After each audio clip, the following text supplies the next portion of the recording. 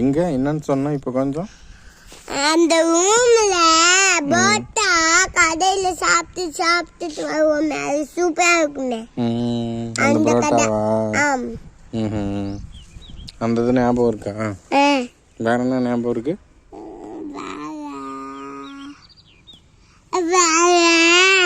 நம்ம பேஸ்ட் வாங்கிட்டு போப்ப வண்டி ஓட்டாதவ வண்டி நடந்து போனோமே, நடந்து போகும்போதே பொம்பளை அவங்களுக்கெல்லாம் ஓட்டுற லட்சணம், நடந்து போகும்போதே வந்து இடிச்சு விட்டாய்மா, இடிச்சுட்டு சாரின்ட்டு உளுந்து எந்திரிச்சு போனாலே. கரெக்ட். வேற என்ன ஞாபகம் இருக்கு? அதுக்கு என்னதுன்னு ஒவ்வொருத்தரும் ஒவ்வொரு மாதிரி. அது கத்துக்கும் போது உளுந்துதான் எந்திரிச்சிருப்பாங்க யாரா இருந்தாலும். நல்லா ஓட்ட தெரிஞ்சு கண்ணை மூடிட்டு என்ன காட்டுற? என்னது?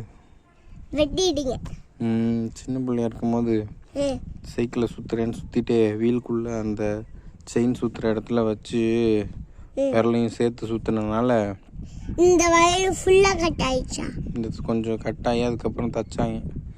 இந்த இடத்துல பஸ் ஏறும் போது கை இப்படி அங்கே அந்த பஸ்ஸில் ஓட்டையாக இருந்திருக்கு, கை கிழிஞ்சிருச்சு. இந்த இடம் எங்க காட்டுங்க,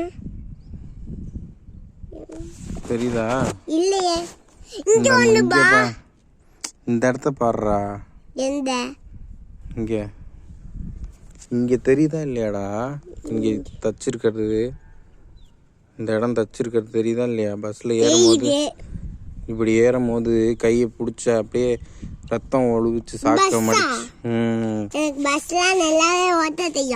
இந்த இடம் பார்த்துறியா? இந்த ரேகை இந்த இடத்துல தான் பட்டாசு வெடிச்சது என்னன்னு யாருக்கும் சொல்லாமல் அப்படியே அமைதியாக வச்சிருந்து உள்ளேருந்து மண்ணாக வந்துச்சு, சலம் வந்து.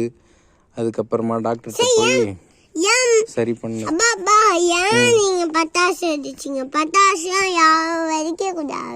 அது கிடைச்ச கிஃப்ட் தான். அதுதான் அப்பெல்லாம் தெரியாது எதையுமே. அப்பா நிறைய எல்லா தப்புன்னு ஃபர்ஸ்ட் தடவை பண்ணதுக்கு அப்புறம் தான் அதுக்கு கூலி கிடைச்சோன்னு தான் இதெல்லாம் பண்ணக்கூடாது அப்படின்னு நல்லா கூலி கிடைச்சோன்னு அப்புறம் தான் பண்ணாம இருந்தது.